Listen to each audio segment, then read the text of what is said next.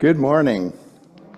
My name is Reverend Jim Ernst, and I am co-minister here along with Reverend Lisa Herklotz, and we welcome you here today. If you are here in the chapel, if you're back home, or if you're on the road on Zoom, or if you're watching this at a later time on YouTube, you are welcome here. Let's go ahead and join together in our mission statement as we say out loud and together.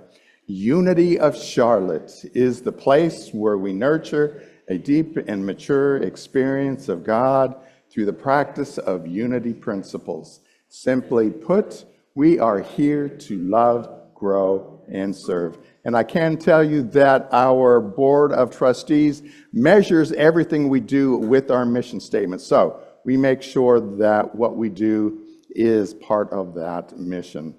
Let us go ahead to the next slide. And these are the ways that you can find out what's going on here at Unity of Charlotte. We have a website, a newsletter, Facebook, YouTube, Instagram, Blue Sky, and that last one is bulletin board. So we have all those ways to find out what's going on, days and times and things. Make sure if you are here in the chapel to take a look at that bulletin board down the hall, and there are many more things on that bulletin board than we have time to announce here today. Let's go ahead and move into prayer at this time. I invite you to move within, gently shift from that thinking part of our brain into that feeling part of our soul, of our body, and breathe into this time. And feel at this time. We notice that heart space and we allow it to expand. Expand in gratitude for the space that we have to come together, to feel that gratitude of sharing this with each other. We are so grateful for that. We acknowledge at this time as well the workers of the world on this Labor Day weekend, all of the ways that we have to serve each other. We affirm the work that's been done with each and every individual in finding their own way of serving the world through education, through study, all the different ways that you've come into your profession, be that engineering, poetry, or ministry. We bless each and every one. And with that we say, amen. We also have a chance to include those in our lives that may be in need of prayer.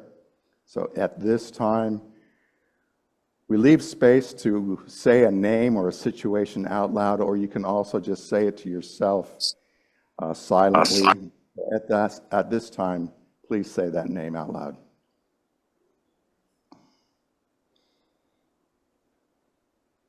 Hannah and Kurt, Darlene.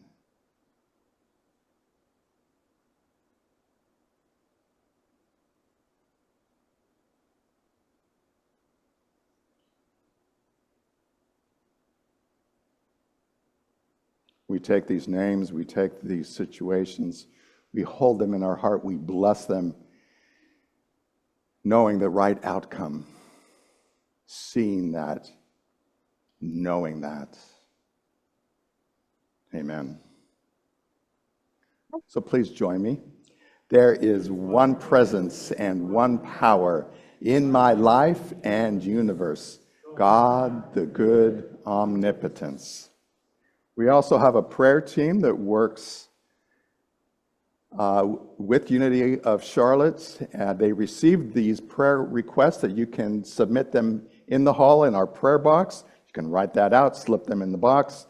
There's also a request form online. So if you go to unityofcharlotte.org, you can find that online. That gets sent to our prayer team, and they will pray over that person or situation for 30 days. Those get bundled up, and they also get forwarded to Silent Unity as well. So lots of prayer going on for people and those situations. If you find yourself in need of prayer with an actual human anytime, day or night, 24/7, you can use the Silent Unity phone number, 816-969-2000, and somebody will be there to pray with you when you need it. I'd like to invite up Kathy at this point as we do our daily word. The word for the day is healing.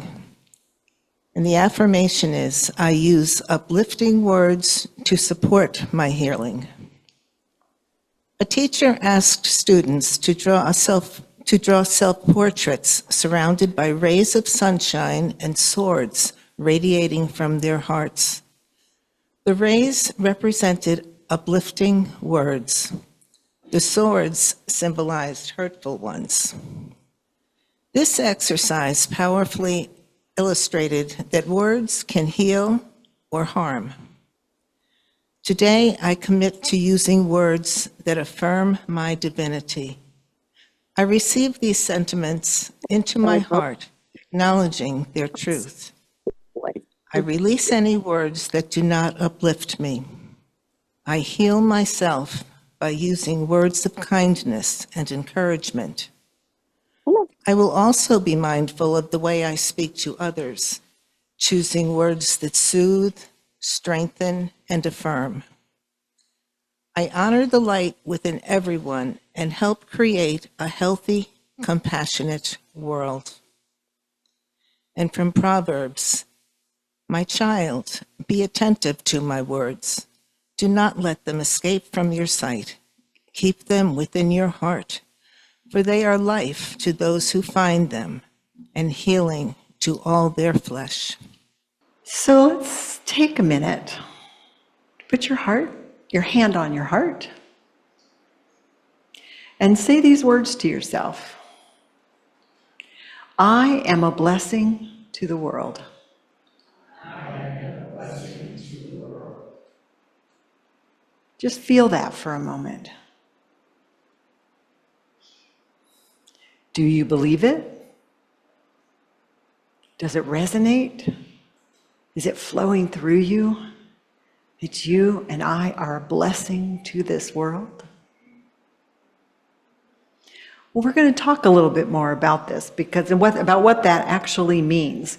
As you know, this whole month we focused on the topic of service, growing through service, how service helps us grow spiritually.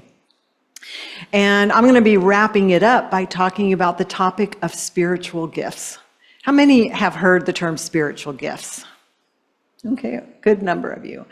I had an interesting time looking into this topic because it sort of expanded my understanding of it. And I'm going to share that with you today.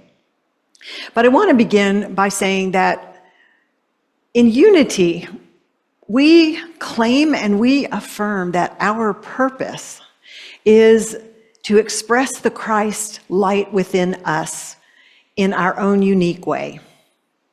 The Christ light within us, that God expressing through us, that's exactly the same in everyone.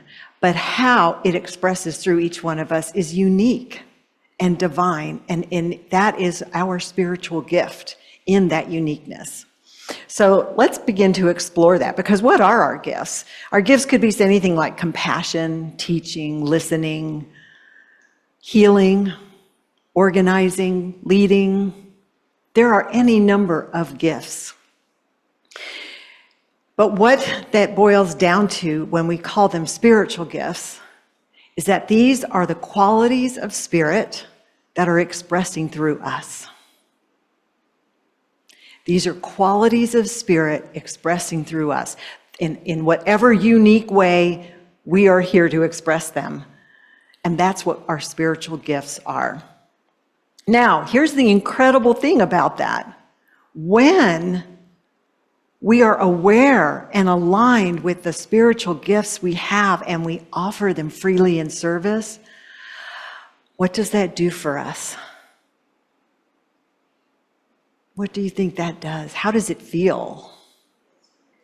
It feels good. And I know each and every one of you has had this experience, and we're going to touch in on that. As a matter of fact, before we start, let's just do that. Gently close your eyes. And just open your heart and mind and see if you have a memory that comes when you have been in service to others, in service to a greater thing that made you feel alive and purposeful and loving. Think of a time. It could be something simple, it could be something grand, it doesn't matter. Just let that memory percolate.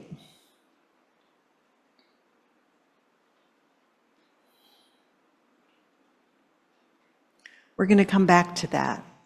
So come on back to the room. If you remembered something, hang on to that idea. We'll be returning to it. If you didn't, don't worry. We'll have another opportunity to find that place in you that knows. Let's start off by saying, what are spiritual gifts? What do we mean by spiritual gifts? In 1 Corinthians 12, verses 4 through 7, though actually I'm going to go all the way to 11, it talks specifically about spiritual gifts. There's other places it talks about it, but this is one of the most full expressions of it. What you see on the slide are the two key points we're going to be looking at, but I'm going to read the full verses. It says, there are different kinds of gifts, but the same Spirit distributes them. There are different kinds of service, but the same Lord. There are different kinds of working, but in all of them and in everyone is the same God at work. It's the same Spirit, the same Christ, the same God essence that is working through each and every one of us. Now, to each one, the manifestation of the Spirit is given for the common good. So these spiritual gifts, they're not just for us. They're for the common good. They're for everyone. And why would that be? Because we are everyone. Our uniqueness adds to the diversity, but our gifts add to the wholeness of who and what we are. To one, there's given through the Spirit a message of wisdom. To another, a message of knowledge by means of the same Spirit. To another, faith by the same Spirit. To another, gifts of healing by that one Spirit. Hear a common theme here? Spirit lives and expresses through us. And the gifts are the qualities of that Spirit that we get to use in our expression here in the world. All of these are the work of one and the same Spirit. Now, there are 2 points here that I really want to emphasize, and that was kind of what I had up here. One is, this affirms that every person has spiritual gifts. There is not a single person that does not have spiritual gifts to share. We have a tendency, I think, and this was a lot of what Paul was writing to Corinth, is that there's no greater or lesser value to spiritual gifts. We have a tendency in our human mind to judge value. Those of you who are on the course will get this. We tend to judge and value and create a hierarchy of this is better than this is greater than this. But this is not so. Any gift of Spirit is full and fully effective and fully valued. So every single person has a gift, and service is the way that these gifts find expression. Having the gift is one thing, expressing it is another. And it's through service that we do that. What kind of service is unique to the gift and the purpose that each of you are called to in your own individual expression here. So these are the 2 points we're really going to be looking at. Now, let's take a unity perspective on the idea of spiritual gifts. Charles Fillmore might say something like, spiritual gifts are divine ideas expressing through us. Divine ideas means they are ideas from the God mind, ideas from the divine source. They are always whole and one and loving and light and joyful. So when these divine ideas begin to express through us, that's our spiritual gifts. When we use them in service to a common good, we become channels of God's love and wisdom. I am the hands. I am the voice. I am the presence of spirit in this world. And it's through my spiritual gifts that those get expressed. When we use our spiritual gifts, it is life-giving. Life-giving when we are expressing from the spiritual gifts that are our unique expression. Why is that? Because life flows, doesn't it? I'm talking about God as life. Life flows. It is a never-ending flow of creative energy. And when we are aligned with our spiritual gifts and we are putting them into action in our lives through whatever service we're called to, we are open to that magnificent flow of life. And we feel it as it expresses through us. So using our gifts is life-giving. It does not deplete us. When we align with this service, it actually energizes us. It brings a great sense of joy and happiness and a deep sense of purpose and connection. And that's why it's really important to know I have spiritual gifts to offer. And when I do that, that is my joy in life. And there isn't anything that can give me greater joy, because that is me at my very most authentic self, expressing the spiritual being that I am. Now let's consider what these gifts are. Now this is just a quick listing from where you can find them in the Christian scriptures. There's a lot here. Oh, that's pretty small. Can you guys read that? Kind of. I can't. Apostleship, I know, is in there. Discernment, healing, mercy, miracles. Thank you. Read some out for me, please, because I can't. What is that? Wisdom. Prophecy. Prophecy is being aligned with spirit, understanding the principles, and being able to teach someone those. Discernment and teaching.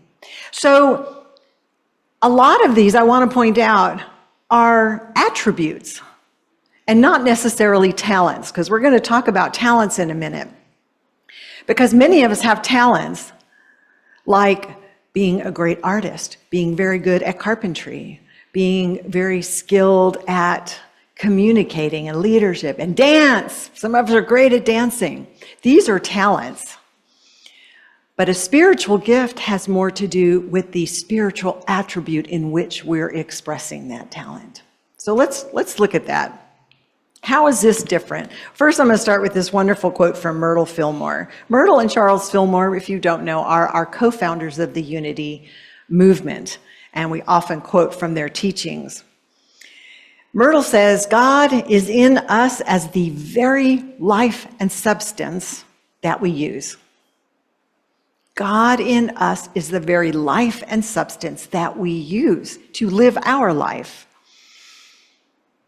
And our use of the gifts increases our ability to use them and direct them.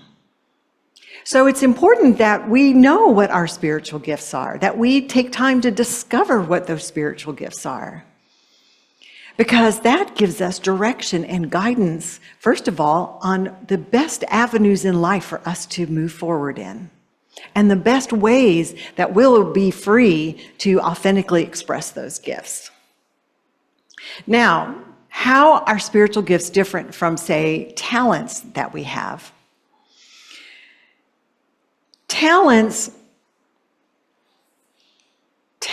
are abilities that we can develop. We may be genetically predisposed to be musical or to be very logical and mathematical, but we also can train and learn and grow in our skill and talent in any number of areas. Those are talents. A spiritual gift is how we utilize those talents in our life. And I'll give you some examples. You can be a great person in leadership. And you can go start a company and you can grow that company and make lots of money and be well known in the world as a great leader. And it will make you very wealthy. But if the purpose of that is for your own wealth, then that talent is not really being expressed as a spiritual gift. Now, add compassion, the spiritual gift of compassion. That would be someone who then takes that. Maybe they either take their leadership and they move it into, say, a nonprofit that is supporting an effort that's going to make the world better for everyone. Perhaps they take the wealth that they have earned and they generate more and distribute it so that it is impacting the common good. It is impacting the whole world. Now that talent is being used as a spiritual gift. So here are a couple of rather everyday examples of how that might look. And I love this one because somebody here I think mentioned this to me because they watch him too. There is a gardener or a landscaping guy on TikTok. He's probably on Instagram and the other social medias, and he pops up every now and then. And what he does is he's got his work to do. His clients, he takes care of those yards. When he's driving home, if he sees a part of an area in town that has not been cared for, and there's weeds overgrown, and it's very ragged, he will stop his truck, get out, clean it all up, cut all the dead growth out, haul the remains away, and leave the place fresh and new. It's called, I think they call it guerrilla landscaping. It's kind of the opposite of guerrilla warfare, which is surprise attacks. This is surprise love and kindness. Reverend Jim and I once collected a bunch of seeds from our morning glories, and we decided to do some guerrilla morning glory. And we just planted the seeds in areas where it might grow. And someone will walk by and they'll see blooms of morning glories. So maybe you're a speaker and you have a great talent at being inspiring. Well, I thought of the movie Wall Street. Do you remember the movie Wall Street? Some of you do.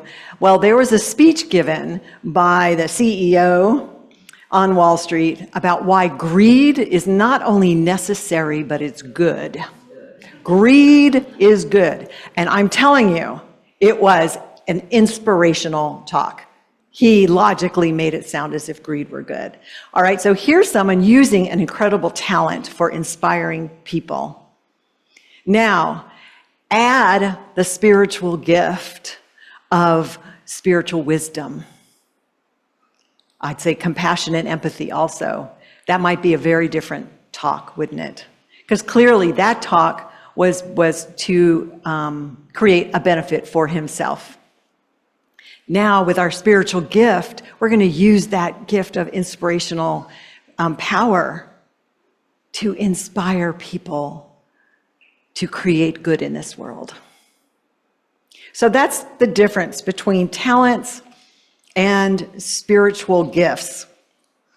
And we all have talents. We all have talents that we're things that we're good at, things that we love to do. The knitting circle, our knitting ministry, comes in with all different kinds of projects, but they come in to create projects to bless other people. That is using their skills and talents as a spiritual gift to the world. So let's look at a couple of other examples. In the Bible, there's the story of Tabitha. She's also known as Dorcas. That's her Greek name. Does anybody recall this story? It's kind of a small story, not as well known. This is when Peter is traveling around. This is the very early beginnings of the church. Peter's traveling around to spread the message. And Tabitha is a well-known seamstress. She's a very talented seamstress. She's also a widow, but she's got money. Now, if you're a widow in these times and you don't have money, you are outcast. So because she has money and a home, she takes her seamstress talents and she invites widows in to live with her, and they sew garments for other widows and for the poor. That's their entire industry. They spend their entire time doing that to bless other people with this skill. And when she dies, the entire community mourns her because they had been so touched by the gifts that she shared with them. It changed their lives. So much so that they were, and I won't go through the whole story, but they call Peter in because they want him to bring her back to life, which he does. But we'll go into that story another time. So that's Tabitha. Now, what about some historical examples? Harriet Tubman had the skill of leadership. She could pull people together. But she also used her spiritual gift of courage and divine guidance to create the Underground Railroad, which saved many, many lives. Another example might be Albert Schweitzer. Went a little ahead of myself. Albert Schweitzer was a brilliant musician and theologian. And he could have had a sterling career staying in Europe and just doing that. But he had the spiritual gift of empathy and compassion. And he took his skill and talents to Africa, where he served underserved people by providing medical care. And then finally, some everyday examples would be a teacher in a classroom who offers words of encouragement, who treats her students as if they are smart, capable, and valued beings. It's not just information she's giving them. She is giving them a foundation of self-worth. That's a spiritual gift. How about a church member's gift of love and support? I got this story off the internet, but we actually have someone here who does this. It says, in one congregation, there was a woman's gift of writing handwritten notes of encouragement to people going through hard times. Decades later, many said those notes were what kept them going in their faith journey. This quiet gift had a huge impact. And if you don't know, Rita Passauer in our congregation is this woman. I read the story and went, oh, we have one of those. And if you have not yet had the blessing of one of her handwritten notes, well, let me know and I will make sure you get one, and she would be happy to do it. Finally, let's take a pianist in a small congregation who thinks that what she does with the music really doesn't count as much as the pastor's message or the teachers that share the teachings. But later she finds out people come and tell her, you know, when you play that song, it opened my heart and I had my first real spiritual experience. So, and it did because she played for the love of it, because she played as her spiritual gift, not just because she could play the piano. So this is to give you an idea of how we can use the talents we have, the things we love to do, the things we're good at, but make it a spiritual gift to the world and see the joy, not only it brings you, but the joy it brings to the world. This is from Charles Fillmore. He says, cultivate your spiritual nature with the same industry that you do your art or music or business.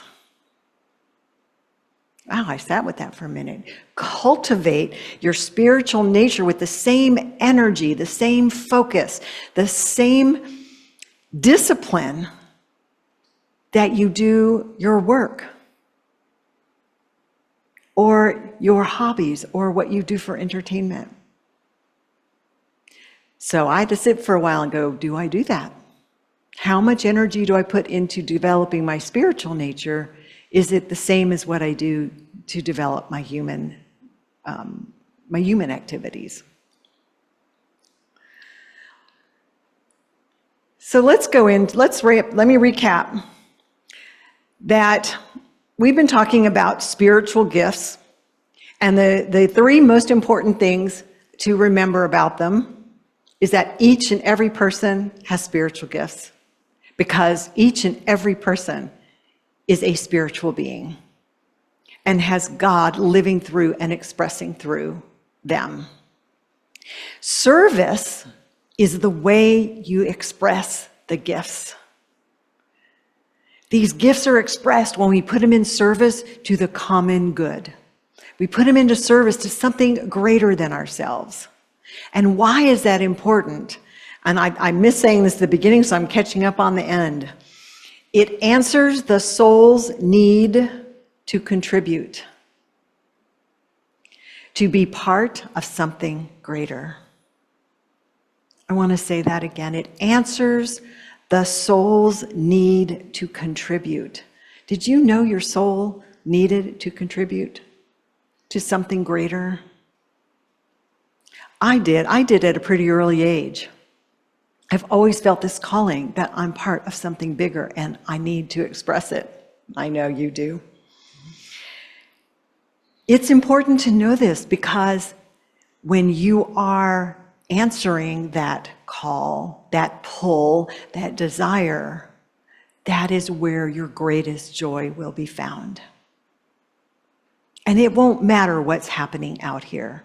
It won't matter what your external circumstances are. It won't matter what challenges are in front of you. This joy comes from fulfilling your purpose, and then you will know how to deal with the challenges. So I'm going to wrap up with Emily Cady. Emily Cady is one of our foundational Unity teachers, and she wrote a lesson on spiritual gifts. And I have a little bit of what she wrote there, so I'm going to just read this paragraph to you. She says, "It is all one in the same spirit. To be the greatest success, you do not want my gift, nor I yours." Don't look at it's perfectly fine to appreciate someone's spiritual gift, but don't look out there and assume you should have that. You've got your own unique way to express. She says, "Each wants our own, such as will fit our size and shape, our capacity and desires, such as not the mortal mind of us, but the highest in us shall choose." So where do you go to understand what your spiritual gift is? We go inside and we ask Spirit to reveal that to us. Some of you may already know. Some of you are already in service to your spiritual gifts. But there might be more. You never know. She says, "Seek to be filled with the Spirit, and it will reveal to your understanding your own specific gift or the manner of God's desired manifestation through you." So not everyone is called to be the same in service. Some are going to be teachers, healers. Some are going to be encouragers, supporters. Some are going to be faith builders. There's just an infinite way this can be expressed. But we do want to know what our unique gifts are. Do you want to know what your gifts are? Do some of you know what they are? Yeah. Could there be more? Yeah. So let's do this. Let's take a little time in meditation, and we're going to turn within, and we're going to open to hear what our spiritual gifts are, or what we have been called to be here. So I invite you to gently close your eyes. Take a moment to settle into your body. If you have anything on your lap, it helps to take that off and let your hands gently rest on your lap. Feel the chair supporting you. Take a moment to just feel your body in the chair and let it know it can be at ease.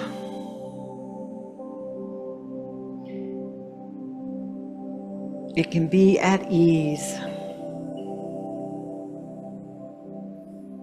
If you notice any place of discomfort, wiggle around a little bit and speak to it, saying, you can be at ease.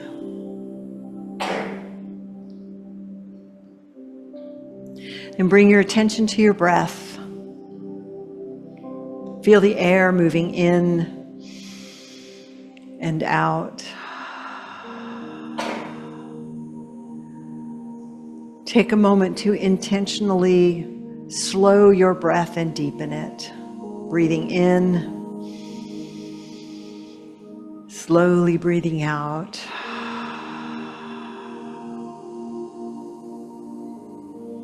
Continue to notice your breath. Put all your attention and focus on that air moving in and out.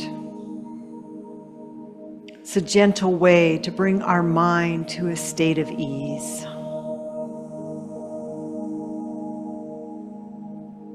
Feel your thoughts settle.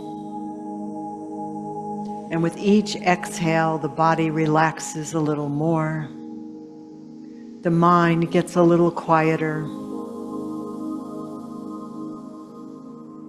As we move our focus and attention to our heart center.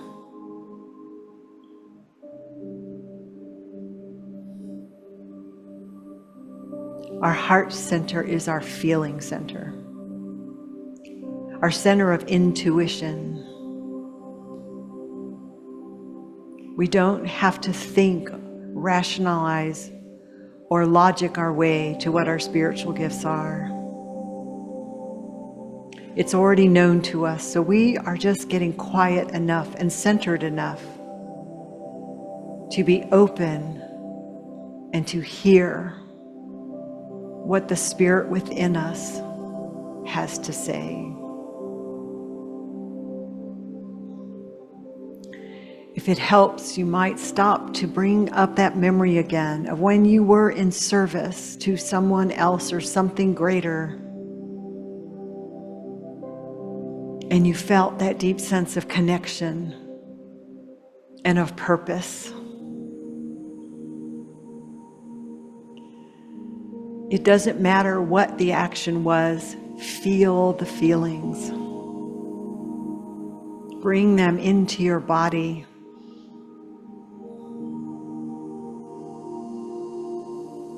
If you don't remember, that's okay. Just stay open and at ease.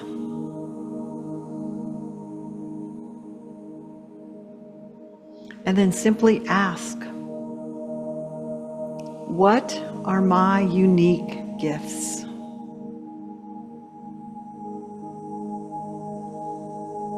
What are my unique gifts to share with this world? And then listen. Listen.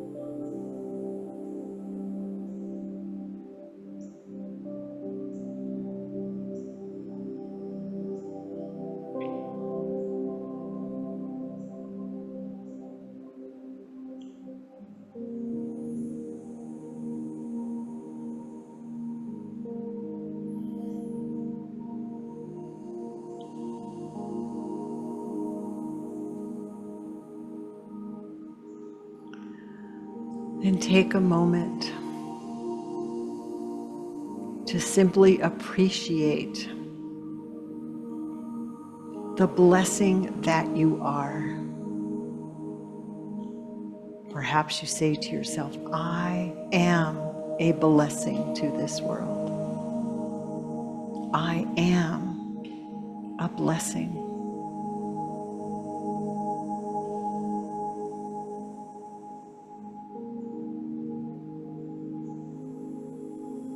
And then extend that gratitude to that light within that is your source of life, wisdom, love, joy, light, healing. Thank you. Thank you.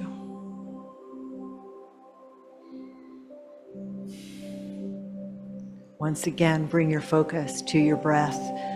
Feel the air moving in. Take a slow, deep inhale. On the exhale, sigh it out long and slow. Gently wiggle fingers and toes, feeling yourself again in your body.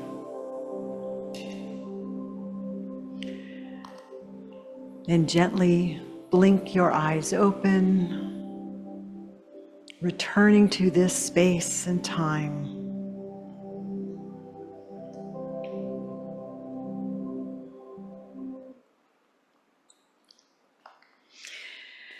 I want to share this affirmation. It's something for you to take home with you. But I want to say, if you received some messages of your spiritual gifts, honor that. Even if it's a surprise, honor it, explore that, and continue to ask, how can I use this in my life? How can I be of service with this gift? If you didn't hear anything particular, don't worry about it. Stay open throughout this week and listen. Take moments to just pause. Put your hand on your heart if it helps, and just go, what are my spiritual gifts? And remember, everyone has them. You may be expressing them without even knowing it. So let's say this affirmation together as we bring this to a close. I am here to serve with joy using my unique spiritual gifts. And so it is. Namaste. Namaste. Appreciate that. We now get to experience the incredible power of giving and receiving. It is your very presence and generous gifts that you offer that feed the vitality of this community and allow us to continue to grow, love, and serve each other in this world. So please, our consistent giving. These are different ways in which you can give. Obviously, we have the plate going around today, but there's also that donate button on our website, unityofcharlotte.org, that allows you to set up a consistent giving gift. So you can set that up with your own pay period schedule. So I give once a month. You might give once a week. It automatically happens, and we very much appreciate the idea of that consistent gift, and you can set that up online. Text to give, I have that set up on my phone as well, and all I have to do is go to my text and say, give $5. Boom, $5 comes to the church. It is the easiest thing to set up. Or 500, put a couple extra zeros there. Why are we stopping with 500? Yes, exactly. That's my co-minister there.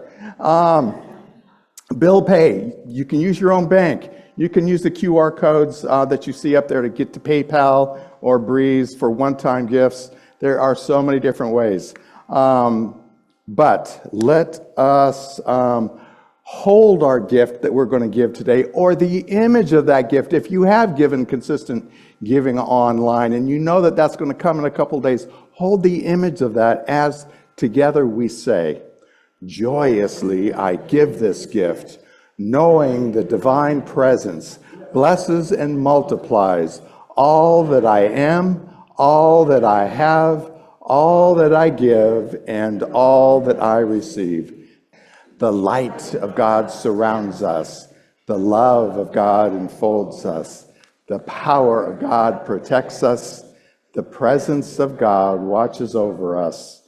We are light, love, power, and presence.